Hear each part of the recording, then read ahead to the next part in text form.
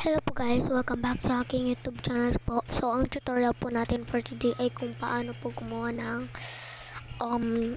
patutawag ang wait lang guys, splash effect na picture. So first punta po tayo sa Google and then search black splash effect PNG. Tapos, kayo na po guys ang pipili guys. So, ako pili na ako. Okay, so I'll try this one. Black splash effect for picsart PNG image with transparent. So, you don't have to copy what I'm getting or mga templates. It's up to you guys kung ano pong gusto nyo. And so first guys, let's go to picsart. If you're downloading it, makikita lang naman yan ata, diba? Let's wait for picsart to load.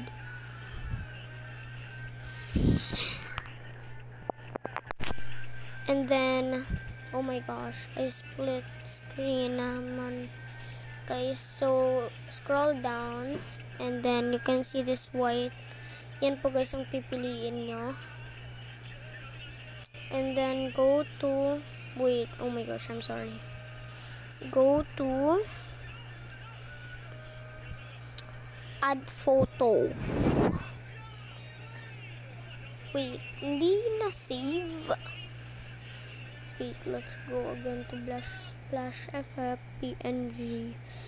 And then you gotta pick the template again.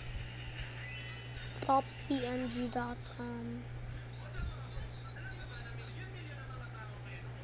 Okay, there you go. So, download ko tayo siya. So, yan. Nagka-notification ako. So, yeah. Yan na. So, let's go to picsart. So, I think the heart na lang yung gagawin ko. Let's add photo. And then, ito guys, yung transparent guys, ang kunin natin para mas, interesting.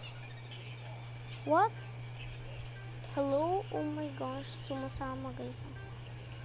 So that's why, gotta go to transparent. Kung transparent po ba ang iyong, ano ba to? Yung napiliin, oh wait. Yung napili nyo pong template.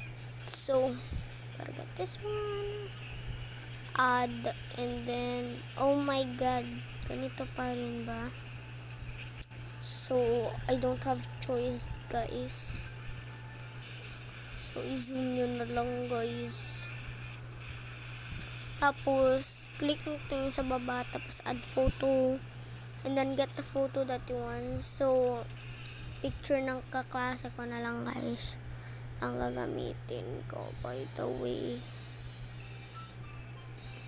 Okay. That's it. Okay, so ito.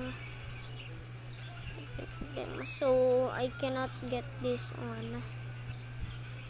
So, discard na lang natin. Tapos, add ulit.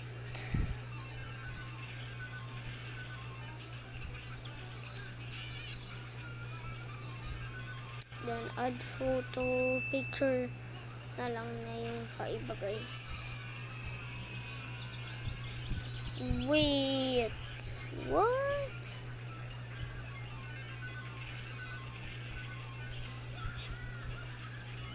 Well, it has to fit. Tapos click nyo guys yung blend. Tapos click screen. Tapos pwede nyo siyang i-adjust. And yeah, so I asked my classmate to give a picture of her, and yeah, for me to edit.